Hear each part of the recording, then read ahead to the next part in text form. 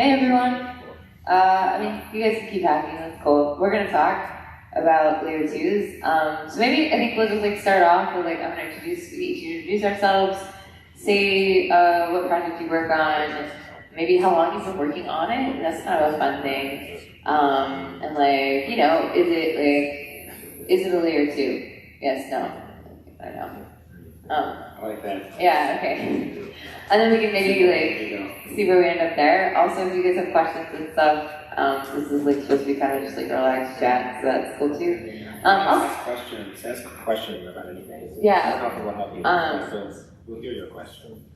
Yeah, so I'll start. My name's Lisa, also Nifty. I've been working on Lightning for about 4.5 years now on the core Lightning side, doing spec stuff. I think Lightning as a project has been around since 2017, 2018, I think. Because me look. Well, the paper was in 2015, right? But and code. Okay. Rusty started coding before me. Rusty started coding before me. Okay, so since 2015, so we're closing in on 8 years of Lightning, which is pretty cool. Those early years don't count. 2018 is when it When was your first, was it March 2015, the original MIT The presentation? That's like Bitcoin. No, I said Bitcoin. That's a Bitcoin. I was there for that one. Cool. So Lightning is a payment channel thing, and it definitely counts as Layer-2 in my mind. Cool. I don't know what I work on. It depends What's on the your day. name? I'm Super Testnet, and I'm a freelance software developer focused on Bitcoin, Lightning, and most recently Nostr. And I don't. It really does depend on the week what I'm working on. The thing I presented here was called Space Chain, no, it doesn't count as Layer-2. Doesn't count as Layer-2. And Space Chain's didn't you guys just have a project launch? Jeff just put out Soma, right? Yes, Jeff put out the second implementation of Space Chains on Signet with Soma. Is that the first Signet? Is that the first Space Chain launched implementation, or is there another one that came out earlier? I came out with one earlier, and that one mine is on Testnet, and then also Stacks came out with Stacks blockchain is technically meets the qualifications to be a space chain. Oh, cool. So they came out with one a long time ago. Oh, so Stacks is okay, cool. Yeah, there was a space chain before space chains.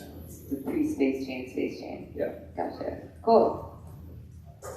Yes, I'm Paul Sztorc, Bitcoin scholar and also founder and CEO of Layer-2 Labs.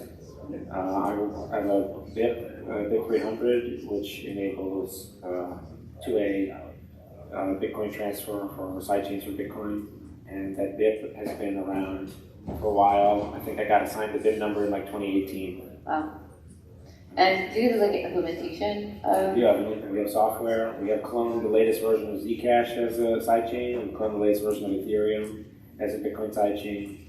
We have special versions of this NFT ERC20, but that has a UTXO model, so a bit assets sidechain. We have a version of Namecoin that we resurrected that can change the lot that I don't know if we published it yet, but we haven't. Yes, and it has some other things. We have a blank template, a blank sidechain template, and we have also just a blank template with a larger block size. But we're going to do something very cool with that soon. If you like hackathons, we're going to eventually do a contest where whoever can improve the software performance of the large block sidechain the most will win a huge prize, and we have lots of money, so the prize will probably be I think we'll do it once a month, and it'd be $20,000, $30,000, $40,000 every month. And we'll probably split it up so that 2 or 3 people can win the top prize, which is the biggest winner. What network are these? They're not on Signet. This is not on anything. Yeah, we have a completely. It's kind of like a hard fork of Bitcoin, but just as a test for testing purposes. We have a Bitcoin testnet. Most of the stuff that people do, we just do in reg test mode anyway. We don't actually use, but we have a fake network where the difficulty has been reset to 1. So it's as if it started over, but it is just a new separate thing that we call DriveNet, but it's not really anything. Is it a Layer-2? It is a Layer-2 because, when BIP 300 activates on Bitcoin, the coins will go there. They go up to this upper realm, and where stuff will happen to them, and then they will come back.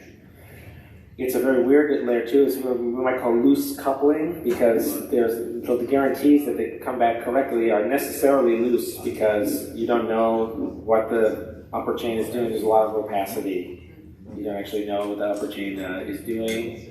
And at any given point in time, you cannot immediately, because this is rare check-ins.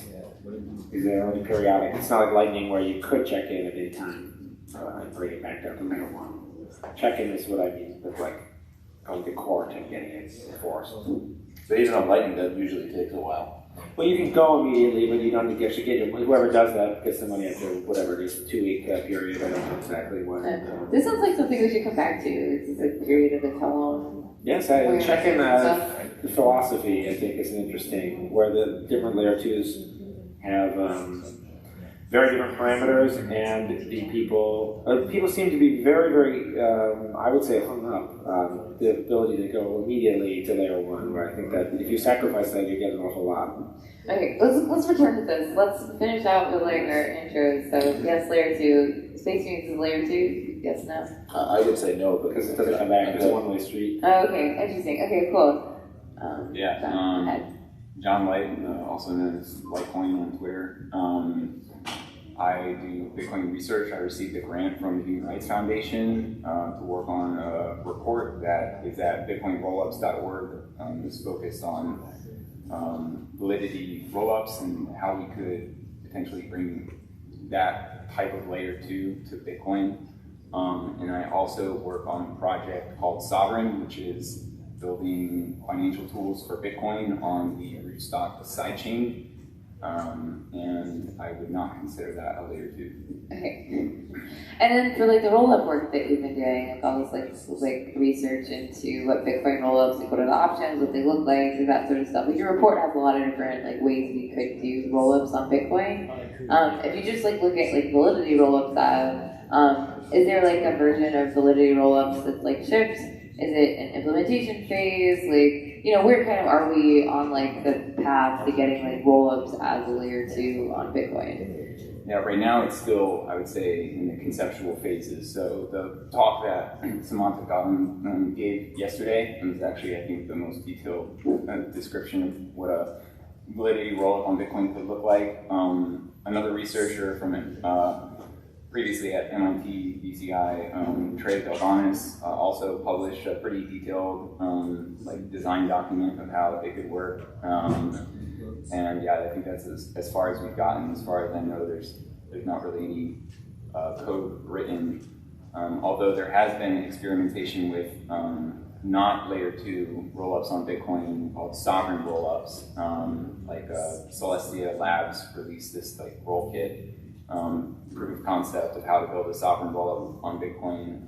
There's a team at Lambda class that's working on a Sovyrn rollup for Bitcoin with the like longer term vision of making it a validity rollup on Bitcoin. So yeah, there's some like work in that direction, but nothing really concrete or usable yet.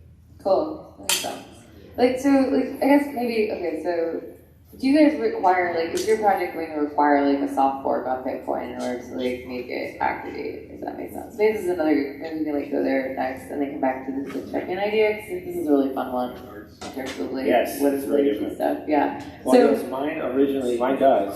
Okay. And when I had this idea, it was back in November 2015. And it wasn't a big deal to do soft forks at all. And in fact, in that very same, the next month, we did 3 soft forks in the same month. So, and in fact, you can chart out how many soft forks Bitcoin has done over time, which I've done. In the first 7 years, there were, I think, 16 or 17. And then in the second group of 7 years, there have only been, if you count 2023 as a full year, but there's not going to be any probably this year. So it would be like, earliest would be like January. So if you count the second period of 7 years in Bitcoin's history, which is like the 2016 to 2023, there are only 2. And the first one, SegWit had enormous contention. I think it took 28 months or 20 months. Depends on how you count from when it was first proposed on the Bitcoin Dev mailing list when it was coded and activated. And then Taproot was proposed in January 2018. It didn't activate until November 2021, which is 46 months or something. So it was doubling. Yeah, it's getting much slower. So in general, the soft fork idea, while it was very common when I first proposed this, has become less common. It's also intriguing that we could just launch the software with UASF or just go to the miners and activate the soft fork. But over time, the culture of Bitcoin, this has become a very, very unusual thing to do and seen as extremely suspicious or improper. You can't just post your binaries on Bitcoin Talk and then have people download and run them. And you have to go through the official process. I liked it when you told the mailing list we're soft forking on Tuesday. That was my favorite time. Wait, who's Tuesday? He didn't really say that. Oh, okay. That would be, well, that's the interesting thing is that Jeremy Rubin, he didn't really do that, but he did something like that. So, and it was met with a disastrous result.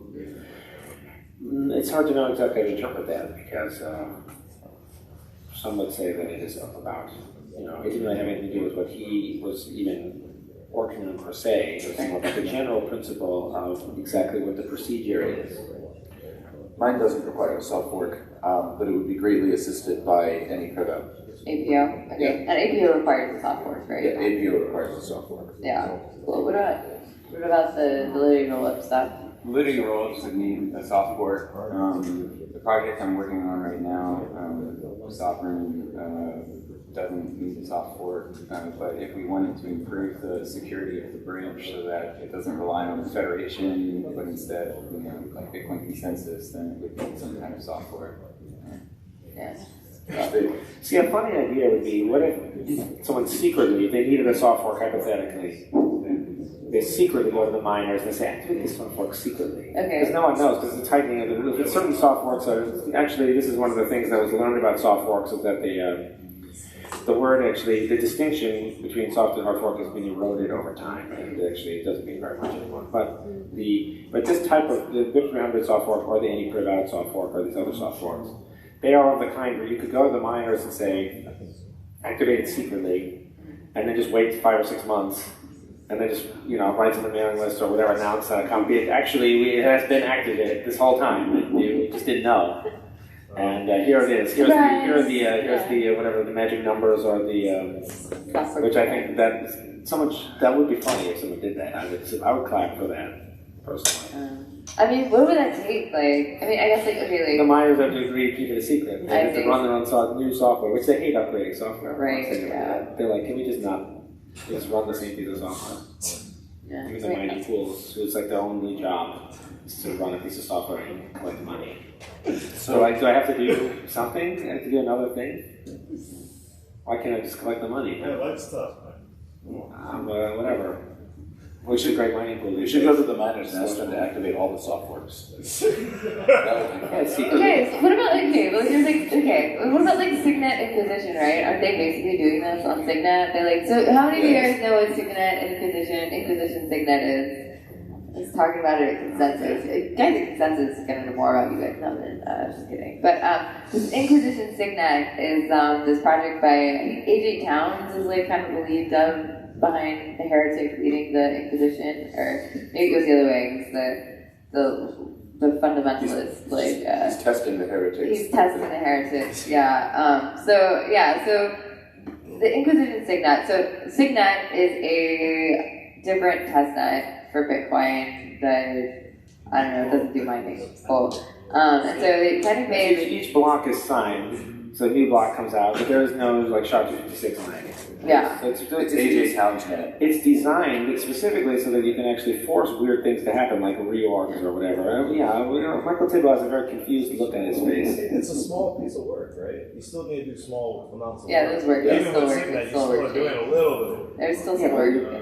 But that's not the point, though. The difference between... It's more like proof of barely gave an effort. Regular... It's more like hundreds of millions of dollars invested in a specialized warehouse full of marine containers that have specialized chips. Okay, let's go back to Inquisition. Okay, so Signet, this is that stuff. So the cool thing about Inquisition Signet is that they've taken all these proposals, all these software proposals, and basically they've gone to the miners and they implemented them, right? They've launched them on Signet if you run a special version of Bitcoin Core. which is the Inquisition Bitcoin Core version. You can still be on Signet, but you can try out all of these like new proposals, opcodes. There's some mempool policy stuff they're trying out, like DFML Anchor, V3 stuff. I don't know if it's out yet, but they're like planning on launching it. It's a much better testnet than the real testnet. It's not better than the real testnet. No, the real testnet is the worst, and the reg test is, The real testnet matches Bitcoin's consensus rules, and Signet doesn't. So if you want to actually see what it's like on Bitcoin, you got to use testnet. Testnet is like barely usable because of like insane, because other people are connected to it. It's not like a sterile laboratory environment. It works fine. That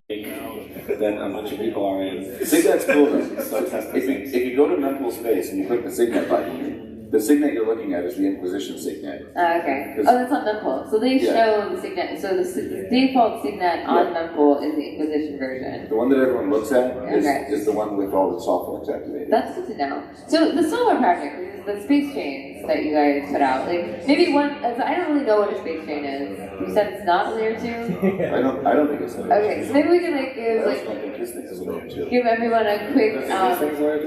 My thing, I think Bit300 is Layer-2. No. Well, what do you think of Layer-2 is? Well, let's not. We can argue in a minute. I want to hear this. Oh yeah, okay. So let's start with like maybe we can start with what is a space You chain. might want to clarify what these things are before we argue. Yeah. So about let's them. do little definitions on the board first, and then we can argue about. Balance before action. Yeah, I think that. Cool. Okay, so you guys just launched a space chain. It's on the Inquisition Signet. That's because you needed one of. Is that because you needed one of the proposals, the software proposals for Soma? Okay. He wanted to do. Okay. VHF wanted to do one that was better than mine. Okay. The one that I launched has a lot of problems, so he made one that has fewer problems, I see. and that one uses APO to fix the bugs in mine. Okay, cool. So you guys are doing the APO, which is so using so it's on, it can only exist on Inquisition Signet. Yeah. For the software better version. reasons. Yeah. Okay. But so what is a space chain? Like, what is this thing that you can now do using Selma on Inquisition Signet? Yeah, a space chain is a blockchain that is separate from Bitcoin, but it has the following connection to Bitcoin. And every time you create a space block, or a block of transactions for the space chain, you take a hash of it and you put the hash of that block in Bitcoin. And so if you want to find out, if you're trying to sync the sidechain, you want to know the order of blocks, you don't need special proof of work or a special proof of stake consensus system. You can just follow the trail of hashes in Bitcoin. Be like, okay, the next block has this hash, because that's what Bitcoin says, and the next one has this hash. How do you find the next? How do you find the next hash? Like, Bitcoin's got a lot of transactions. It's kind of like if you had many different versions of counterparty, where instead of each message being in the blockchain, each block, they compress it into a block first and put that in. So it's like there's just this line of transactions in Bitcoin Layer 1. Okay. So you look at them and maybe you interpret them and then you interpret something as blocks. You create something called a linked list. So you start out with one Bitcoin address, and then you spend from that one into the next one, you spend from that one into the next one. Who's paying for all that? Like every time you make the UTXO updates, because so in order to make a new block on your sidechain then with space chains, you need to make a new transaction on Bitcoin. Transactions on Bitcoin sometimes are really cheap, with one stop could be right, but sometimes they're really expensive. Like, who pays for that? Like, because your chain stops if you can't keep doing that, right? It's like it stops if no one wants to pay for the next block. Typically, people have some sort of currency on the space chain that they pay space chain miners with, and those space chain miners use that funding to buy transaction space on Bitcoin. I see. Yeah, but none of that is the important thing about the space chain. The important thing about the space chain is it's just a side chain where the coins, instead of being able to come back, are just immediately destroyed. And so it's kind of a very silly idea. I don't know why people will actually use it for anything, because It's just tons of fun. So in Soma, you don't actually have to destroy any coins. You just use Lightning to pay for transaction fees, right? That's true. So Soma did manage to get rid of the stupidest thing about space chains. Which Wait, is that why are coins disappearing? How does that happen? So people hate Bitcoin. no, let me explain to you. Wait, is space chains an attack on Bitcoin? Am I hearing this right?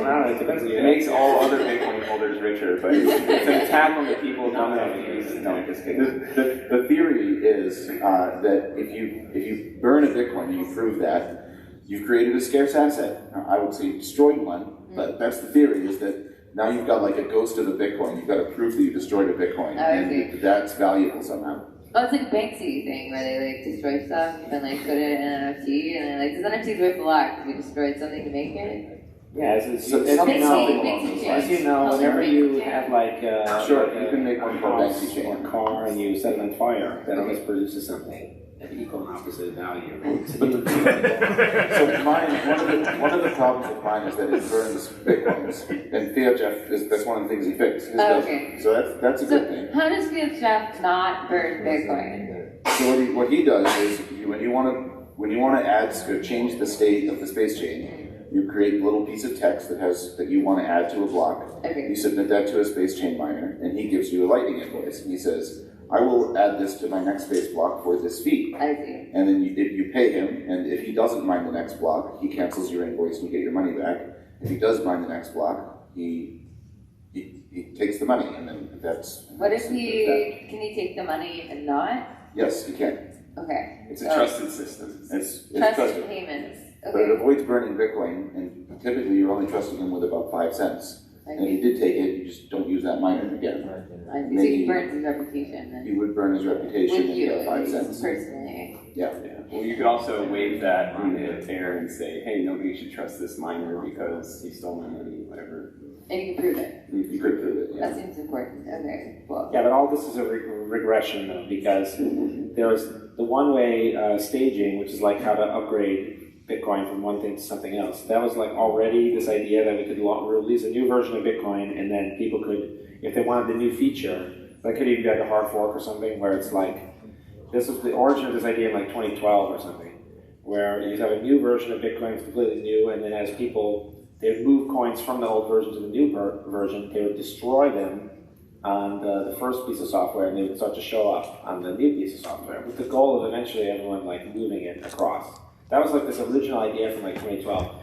And then people became curious about the idea of what if instead of destroying them, we had some way to spend them to something, and then if people change their mind on the new piece of software, they can actually go back and get the coin, reclaim the coins of the first piece of software. And that was the so-called two-way peg, which is a really silly name. It's one out of all the names we have, it's just really weird. You don't like pegging? Yeah, no, The new term is bridging.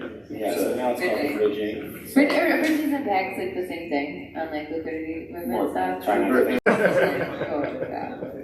Alright. So then, eventually, this became Blockstream's paper in October 2014, and then my idea in November 2015 is the two-way bridge peg. Now we And then later on, there was this bridge pegging now.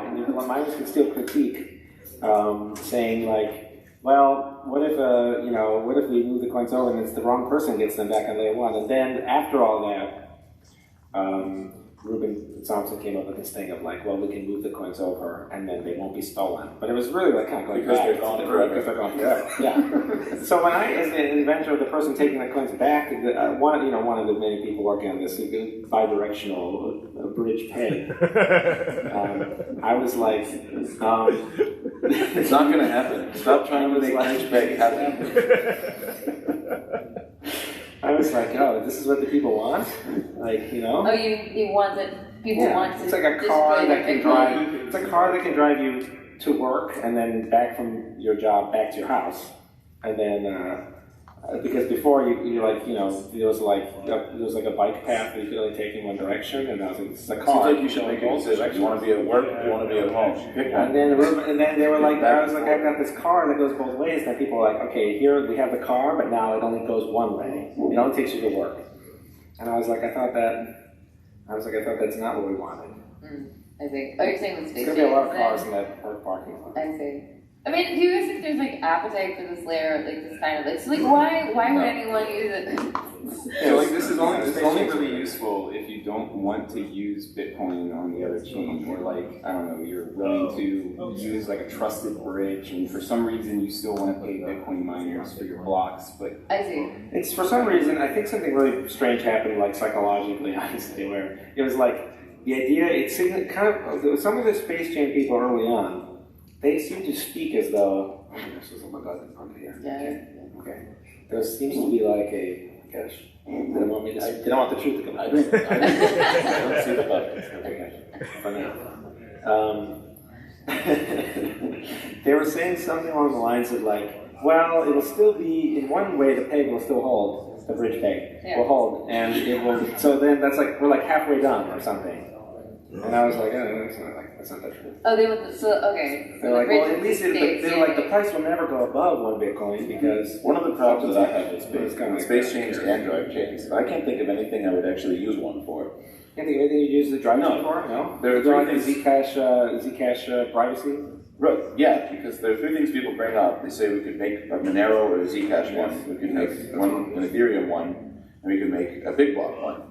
And I'm very satisfied with CoinJoin as a privacy tool. I'm very satisfied with Bitcoin Script as a scripting tool. And I don't want big blocks.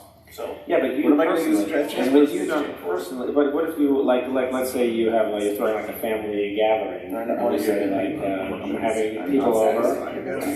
You say people over, and you say not everyone likes this kind of food. Some of my in-laws want they want to have vegetarian food or something. Mm-hmm. Would you say, well, I don't like vegetarian food, so no one else can have it either? You know? No, I'm not. I don't oppose space chains or drive chains. I'm in favor of having them. I can't think of anything I want to use. Why not just use a different chain? Like, why even involve Bitcoin in this scheme? Like, why do we gotta make Bitcoin? Because then you have the altcoin, of course. It justifies the existence of the altcoin. So it's just a distraction because we want Bitcoin to be, we want network effects to grow for Bitcoin. We want Bitcoin to continue to be a bigger project, and we want to ultimately take on, like, the banks and all the rival fiat currencies.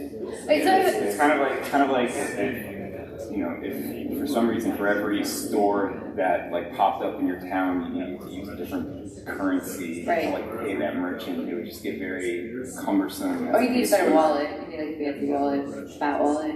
What do you want in a side chain? What do you want in a side chain? I definitely want like better privacy. CoinJoin is definitely like not the. I don't think CoinJoin is great. Zcash actually needs the Z address. You get one reusable Z address. What do you want? You want reusable addresses? But you understand that the Z address, no one can tell that you're using because no one knows which one is being used. So you have only it just seems like a non-problem. Like I want this so I don't have to so I can reuse addresses. I mean, there are so many problems with CoinJoin. We could take up the rest of our time here talking about them. But so you want a better privacy one? Yeah. Is there anything? Do you want to like? Would you like Rootstock to become a side chain? I think a roll-up or something more trustless. Yeah, side chain. Yes. I think so. I mean, great. So you could use Bitcoin in like many different types of smart contracts without having to rely on federations. Like you could have smart wallets that have like spending limits. Like you can always like if your key was compromised, the attacker could only take a small amount of your money, not all of your money. Like there are lots of different kind of spending conditions that now I see the would be interesting to be able to apply to your coins that you couldn't do on Bitcoin today. And like every time somebody comes up with one of these cool new spending conditions, do we want to have to soft fork? No. Like so we can just have a system. I had a lot of fun in 2017.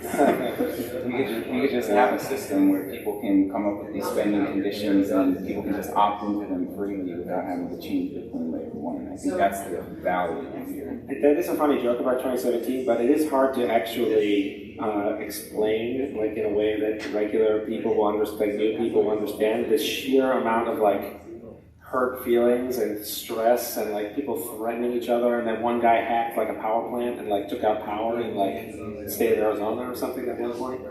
Really? Yeah, it was like a Bitcoin XT, like crazy. Something was weird happened with that, but that probably happened. Wasn't it like in the like a veteran or like in the military or something? Like a Bitcoin Cash guy. Something weird like that happened. So a lot of really crazy stuff was.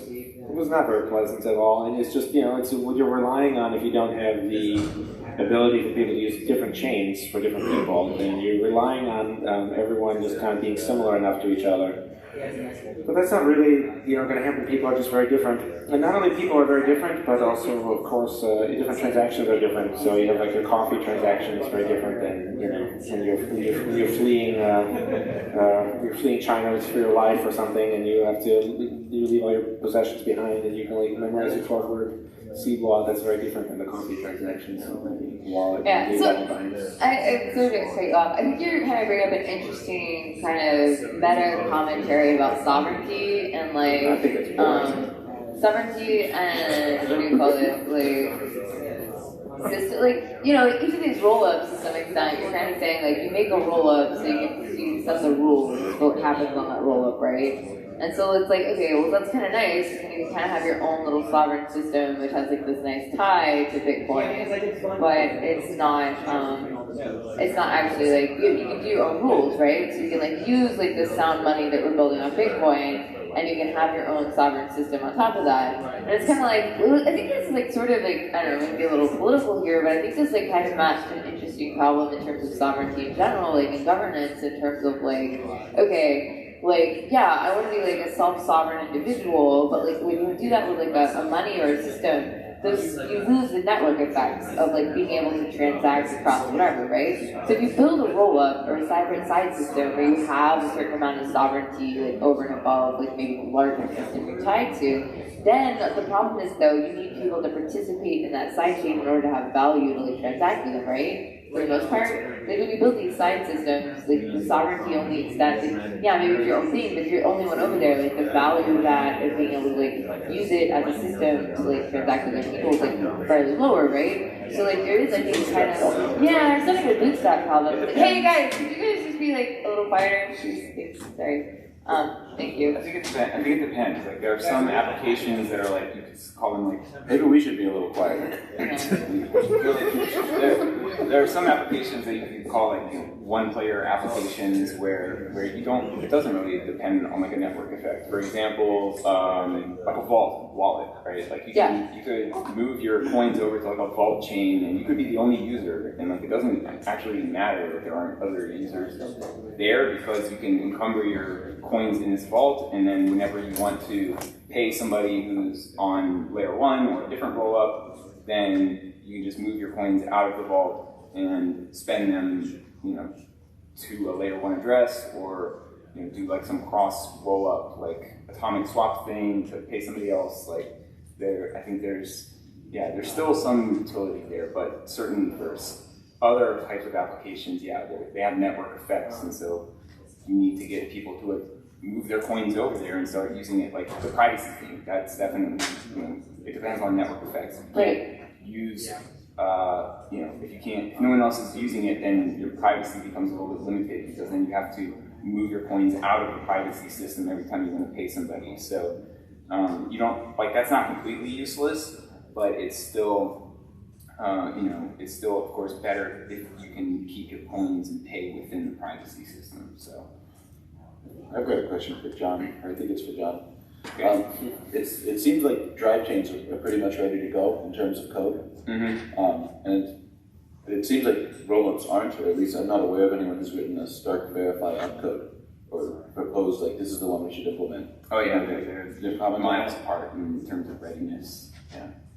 Oh. Okay, I thought you. There you go. You got a perfect short answer to your question. Yeah. May they all be like that. Yes. I think we had a question. You do have a question? Yeah. We have Michael Tidwell always ready to ask a question. Sure. So I guess we're part of actually the Texas A&M Bitcoin class, and so we don't really know as much as as in-depth as you guys are talking. So I was curious to know, could you kind of run us through some of the layer 2 technologies? So I know there's Lightning, Space Chain. What are the differences of just one or two bullet points about each? Why one over the other?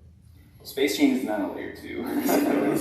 Okay, so let's repeat the question. I don't Yes, the question was, can we just name a bunch of layer 2s with like a bullet point about a few? Okay. So it's funny because lightning takes most of the air out of the room, and it's mostly like layer 2 with lightning. So they would give a cheer, 3 cheers for lightning. Well, lightning is, yeah, but what is lightning? Lightning is a payment channel layer 2, right? You multi-signature outputs on layer 1. You and a friend, you broadcast this money that you share, and before you agree that the money is in there, you sign the funding transaction and transactions taking the money out. That require both of your permission. And then you update those, and then you delete the old states. Yeah, That's the the general, TLDR? the general idea thing I got a decent head maneuver from Taj, so. I think the general idea is that you get like a bunch of 2 pairs of people with money, and then you network them together, and then payments can move from each of these little shared accounts. You like kind of network shared accounts together, so you have channels, and then you have to network the channels together, and then when payments flow through it, they flow through these like little accounts that people have made, and you like publish where they are, and then you find routes, and so you have routing graph problems. I actually only did the channels. I didn't actually do the lightning network part. Yeah, HCLCs. Yeah, I think the one important detail that was missed here is that all of these transactions that are happening in the Lightning Network are off-chain. So these are actually unconfirmed Bitcoin transactions, but the most recent recipient of one of these unconfirmed Bitcoin transactions can always take it to layer 1 to actually like cash it in for the Bitcoin that it represents, right? Yeah, so Yeah, you it's can like a bar tab where like they have your card, and they could run it at any time, but they just wait and you say, okay, I need another Grey Goose on the rocks. Cool. So what were some other examples that you had? So like what I think space there's also state chains. State It's very chains. obscure, but is real. That involves you have UTXOs. There's a group of people that is moving the UTXO around, and there's like a history of it. The coin and value cannot change. It's like Well, actually, they're 14. not trading UTXOs; they're trading keys. Yeah, they take the secret key, right? That's a key, but it's the ownership of the UTXO. But isn't that kind of like the like a good I think real world example? Like what are those like the coin kite little off the key thing? You know? Open dying. Open It's dying. physical there too. Yeah. Yeah, that's like, but that's the same thing as like the what is it called, state chain. It is. Well, in the case of They're state just trying to chains, make a virtual you need a version of that. multi-sig still. So it's like the state chain entity and you have a multi-sig together, and then you transfer the key to the person you're trying to, want your key to the person that you're trying to pay, and then the state chain will like co-sign that so that now the multi-sig is like moved over to the new person, Right. and then the state chain entity pinky promises not to sign any transactions from any of the previous owners of the key. They'll only co-sign transactions from the most With the recent recent owner owner. of the key. How would what if someone like an old owner can't they like maybe trick the central banking card into thinking they're like the current most recent? No, we have to only do a few bullet points for each. Oh right, yeah, okay, sorry. No, because they're just keeping track of like who I see. they most recently co-signed the key over to. Oh, I see. So they have like a little There's under. another Yeah. key. So as long as they don't lose state, you're okay, I guess. They have to Yeah, if their track database crashes and they have no backups, then that could maybe be disastrous. and the state chain. Okay. But in practice, so like Commerce Block developed the implementation of this, and they say that they have an HSM that is basically doing the co-signing. So as Yeah, long as they- you that's trust what the they all say. HSM, Everyone says they're using Okay. HSM, even Okay, though my people aren't using laptop. an HSM. you might be able to do remote attestation to find Oh, out. speaking of that, the Liquid is also a layer 2. It They is, also yeah. said they had HSMs. Does anyone know that they I don't consider it. Like, I haven't physically seen the boxes, Yeah, no. but I've seen some like gnashing, crying receipts about boxes having to be moved Yeah, around. like so, shipping like, them internationally, like like a box full of like explosive yeah, thermite, yeah. Like take I've down seen the- like I feel like it's yeah. thermite. There's, I'd like to know how they did that. Core Lightning has a file in it called HSM, and that's where you store your private keys. So I think that's probably what Liquid's doing.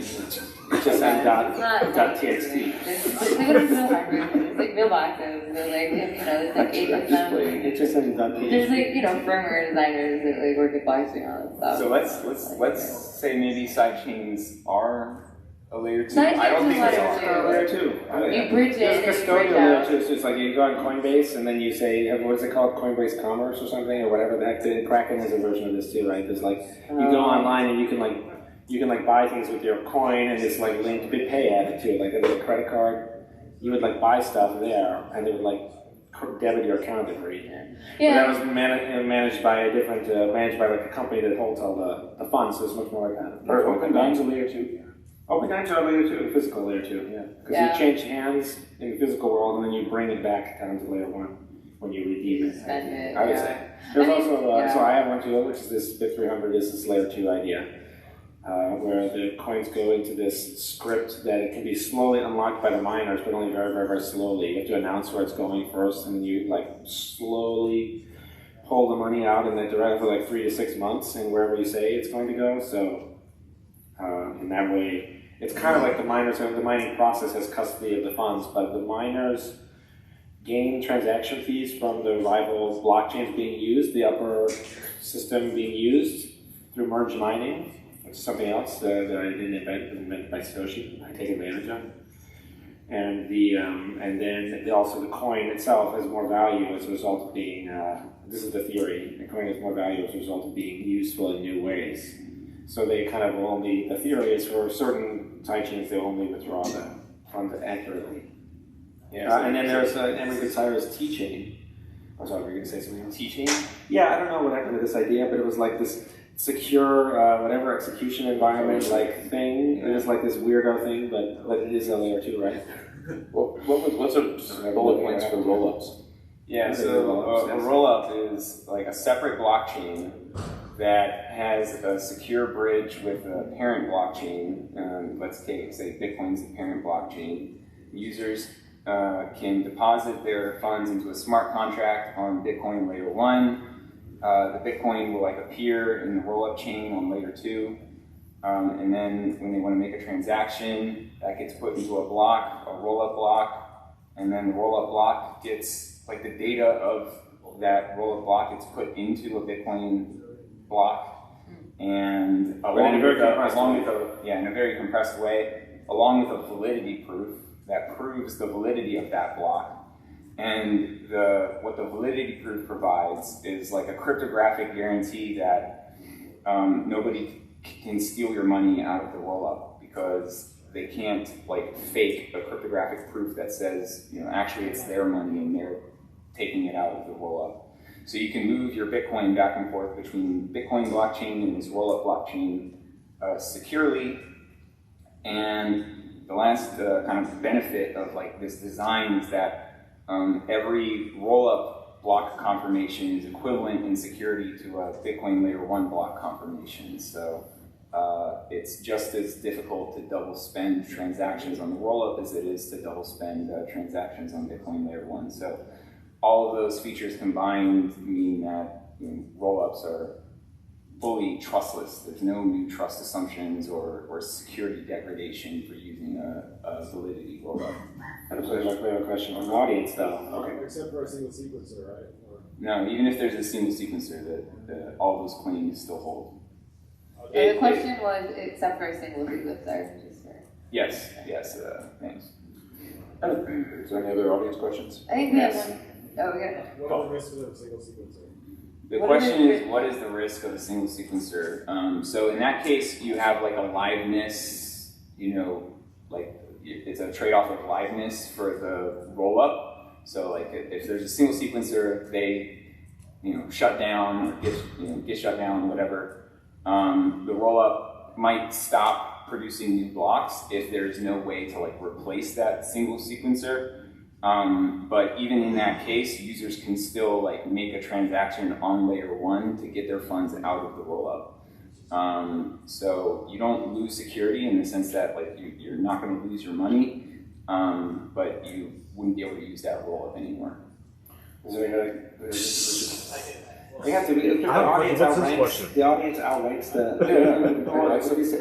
like students or whatever. Michael, you be quiet. Yeah. Let the audience answer questions. Here, give us questions. Yeah, just a quick follow-up is in terms of censorship risk, like Celestia, where you have like the way to force a transaction, can you like explain how it works, or like how do you deal with the censorship risk? So the question is how do the validity rollup deal with censorship risk Single sequencer, right? if there's a single sequencer? And so this would be a question of, you know, what if the single sequencer is like not allowing your transaction into a rollup block? Well, you could have a rule that says like there's an inbox on layer 1, and if you put your transaction into that inbox, it has to be included in a rollup block within a certain number of blocks or something like that, or else maybe the sequencer will get punished in some way. And so this is the idea. I think, you know, in Ethereum rollup designs, they call this like the priority inbox. And so like the rollup block producer couldn't produce a block without including that transaction. That's like one option for dealing with it. The other option is, as I mentioned before, if the rollup sequencer or block producer just is uncooperative, you can just do a transaction on layer 1 to get your funds out and move to a rollup that's not trying to censor you. It seems like there are a lot of Solidity contracts that have zero knowledge proof systems in them for doing this sidechain stuff. How hard would it be to convert one of those over for say, let's use this one for Bitcoin? Oh yeah, it wouldn't really translate. You would have to just totally rebuild it for the script context. But they're building them all the time. They're putting out a new one every week. Seems to have a count model. It seems like we could just hire some of them to write one for us, right? You could make. I mean, I think you could make some similar. You know, like take a particular like logic and see like how they're dealing with all the edge cases and try to translate that into a Bitcoin context. But it's, you know, it's not like you couldn't build like a Solidity to script transpiler. I think it's just there's a lot more. You know, but it seems like they don't find it difficult to write these ZK proof verifiers. Is it hard for us to write them? Why isn't there one yet? Well, I mean, I think it's just a matter of interest and awareness. And there's a lot of Bitcoin developers that are already working on their own thing, and so we don't have any new people. There are new people working on it now. Like the guy yesterday that presented, Samantha, his team is working on it. The Lambda class I mentioned earlier, they're working on it. I think there's a third team out there that's working on it. So people are working on it. It's just. Yeah, it's about awareness. I think this conference and the MIT Bitcoin conference were the first, just like last weekend, were the first conferences ever feature a talk about validity rollups on Bitcoin. So it's a very, very new idea in the Bitcoin community. You had questions? So what I understand from like the Layer-2 network is that one of its primary advantages is it frees up like the main network and the main storage. So I know it's like a little bit of a controversial topic. So like, what are your thoughts on ordinals? Because it seems like rather than freeing up the network, it kind of adds more stuff. The question was like Layer-2s move transactions into like off-chain, right? So it kind of frees up the main blockchain so you can like do more stuff on it because you have less transaction traffic. What do you think of something like a project like ordinals, where all of a sudden it's like adding lots of data? It's almost doing the opposite. It's like adding all the data to a block. So it's like suddenly we've got lots of stuff going into blocks. It's like, how does that work? I think I'm going to be a little bit pedantic here and be like, ordinals don't have anything to do with what's going into the blocks. The thing it does is called inscriptions. That's like definitely maybe a little bit of an important distinction, but like, ordinals are just a numbering system.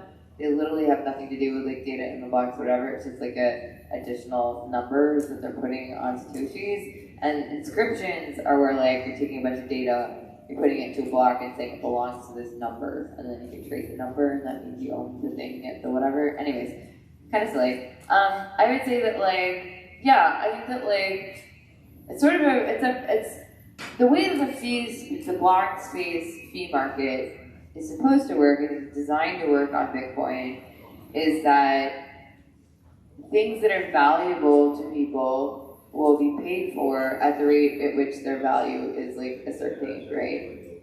So when you start having competition, let's say all these projects, a lot of these projects that we're talking about haven't launched, aren't kind of at operational scale, maybe they're just in the concept phase, but all of them to some extent use block space to move their chains forward, right? And they exception of bit 300. I don't know. So it's a fixed amount, so there's no marginal space. Yeah, okay. So, but to a certain extent, there is like every single layer 2 proposal has a different like requirements on block space, but they all require block space, right?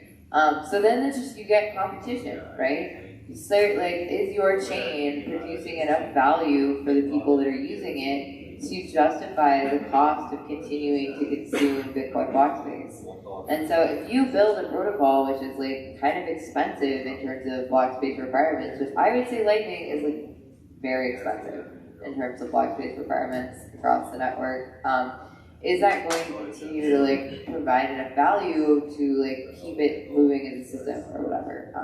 I don't know, what do you guys think? Death to inscriptions. Inscriptions are the worst. I think it would be better for everyone if it's a good example of a sidechain idea where people are different. Some people are interested in that, other people do not like it. So it'd be better for everyone if you carved out your own chain and you put them all there, and then the people who want them can hang around there, and the people who aren't bothered by them. I do think part of the reason, it's hard to explain all the cultural factors that lead up to this particular phenomenon, because I think part of it is certainly Udi and Eric Wall and others to just enjoy trolling the people who never took a security budget or success. On that, if you want to talk about stamps, which seems more overtly trollish, yeah. It's ordinal inscriptions that cannot be proved, so they are just deliberately going out of their way to like graffiti the top of Trump Tower or something with like, you know, like whatever, like. Yeah, the question was about stamps. Does anyone know what stamps is? I might be heard of stamps. Sort of like ordinals. If you're gonna do it, you're gonna do it that way because it's cheaper and it sort of makes sense and you can prune it. But then stamps, it's like, no, we're gonna intentionally make it unprunable and make it in all these multi-sigs. And I don't think anyone's done it yet, but you could make one of those keys like actually spendable and then spend it. So if someone tries to prune it, it'll fork off the network. So it, I mean, no one's done this, but you know, you could. So it's this kind of spiteful it's like, wait, you're trying to make it bad, and I think that's part of the, you know, unhealthy atmosphere we've created over years of block size working on. Well, one of the big differences between like Casey and like the Mike in Space guy or whatever is that like if you're like, I mean, all of you guys know this, right? Of like the thing that can grow unbounded that really annoys Bitcoin and like makes it kind of annoying as like a dev and as like an onboarding people is the size of the UTXO set. Yeah. Of just like it can grow unbounded, right? But you get UTXO or whatever, but that's like a, you know, it's like a, it's one of those things where it's like, hey, they know what they're doing, and they know, because like that's what all the stuff that Casey did was like, how do I make these inscription things in such a way that I don't grow the UTXO set unbounded? And he was like, well, I have like this ordinals thing where it's like Bitcoin needs to have no knowledge of it, and we're just going to apply a way that we can move these things, but you only write it once and it never expands the UTXO set, right? That's like a big point. Casey could have continued in that direction even further if he wanted to. You could say, we could have, well, I will only put the hash of the image on the chain. But I mean, yeah, one of the cool thing in terms of like the engineering that went into the ordinal scripts, I mean the inscription scripts that I think is really cool is they're built such that any of the data that's included for the object is not ever executed by any of the nodes that sees it. Yeah. So there's like, it doesn't matter what you put in it, it's never really even, I think you have to load it into memory in terms of like whatever, but it never actually gets executed. Like the script is constructed such that execution stops before you get to what it is. Yeah. So like from a computation standpoint, they're like very well designed. Like it's a very well engineered like script object compared to what anyone else is doing, I think. It's over-engineered garbage. You should stop working them out. I think we've got time for maybe one more question on Layer-2 stuff, and then we'll wrap it, and then we'll be back here at 3 o'clock. Final question. I think there's some lunch going to be outside here in a minute. Yeah, so we have like one more question. Wait, Mike, you had your hand up. Have you had your question yet? Okay, great. What's your question, Mike? What's your question? Well, I've had like 10 questions, but I will go with my very first question I had, which was Super Testnet said something interesting, which was like he doesn't consider space chains or drive chains layer 2, and I was just kind of curious. It seems a little novel or nuanced. I just was curious, like, what's your take on that? Yeah, because I consider them custodial. At least I think drive chains are, because miners can. The phrase "miners can steal" means miners have custody. And yeah, but see, the miners can also steal from the Lightning Network. applying censoring the justice transaction. So I agree. you just say that I think it's layer one. nothing is layer 2, or I feel like layer one can already also like reorg layer 1 and hold transactions hostage, so they can also. So it's kind of like the thing is, if you use proof of work, you're kind of just like this. You're really beholden to the miners want, like in every single case. It's very difficult if they're absolutely against something. I'm laughing because it's like they just don't want to update their software. Yeah. Like, that's like, what do miners want? Miners want to just run their want. machine It's like that. into the ground, right? It's like a rom-com about that, like what do miners want. Does that answer your question? Nothing. What do you consider layer 2? Well, Oh, wow. I would consider something a layer 2 if there was no one who had custody of your coins, and you could get them back in layer 1. Are there no current examples of layer 2? That's what. My definition of a layer 2 is that it is a separate accounting system where the control of updating who owns that asset on the separate accounting system rests with the holder of the asset. So this would roll out Coinbase. This would, I think, Open Dimes kind of work because the control would be if to physically hand the object over. So it kind of makes it such that like Lightning is definitely a layer 2 because in order for funds to move in a channel, you need a signature from both parties. Roll-ups, I'm assuming, are layer 2s because you need signatures from the people who say they own that asset. E-cashments, you have to get a signature from the person with the token in order to move it, right? So like anything where you need the permission of the person who's holding that thing.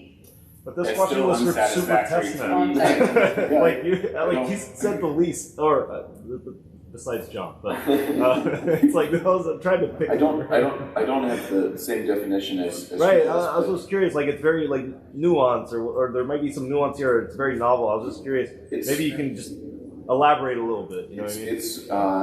It is true that there are situations where miners can steal from the Lightning Network, and in order to do that, they have to coordinate with one another. It's very difficult right now, it seems to me, for them to coordinate with one another. I'm not aware of anyone who's written any software to help them to do that, and I don't see any evidence of them running such software. So if I write the software, then Lightning will switch from being a layer 2. Well, I'm not sure it currently is a layer 2, but if it is, then the only thing that it would take to make it not be one anymore would be for miners to easily be able to steal from it. Layer 2s have never really been tried.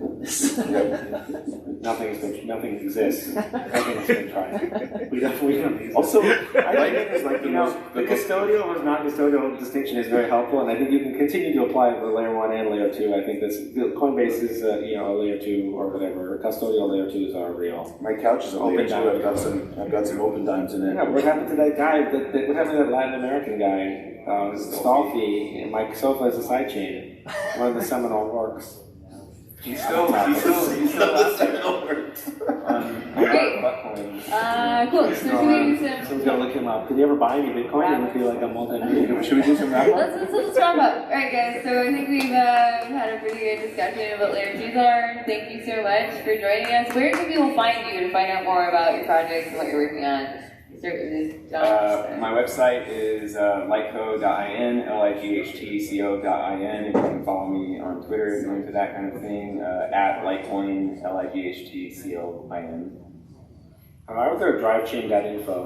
That's a good site. And Truthcoin. Yeah, Truthcoin on Twitter. Do you Litecoin or Truthcoin? And then Long before there were altcoins that had that name. You can follow me on Nostr. If you want my pub key, try and guess it. That's it. cool. I'm Niftynei on Twitter, and I also run, find me on Twitter. Cool. All right, thanks guys. We're gonna have a hackathon. Keep working your stuff. Then lunch is like gonna be now-ish. I think if you head out there, you can get a sandwich. We're gonna run lunch till 1:30, I think. So get out there, get a sandwich, come back, hack on stuff. We're gonna be here at 3. Your first thing is gonna kick off at 3:20 for the hackathon, etc. So cool. I think that's everything. Thanks, guys.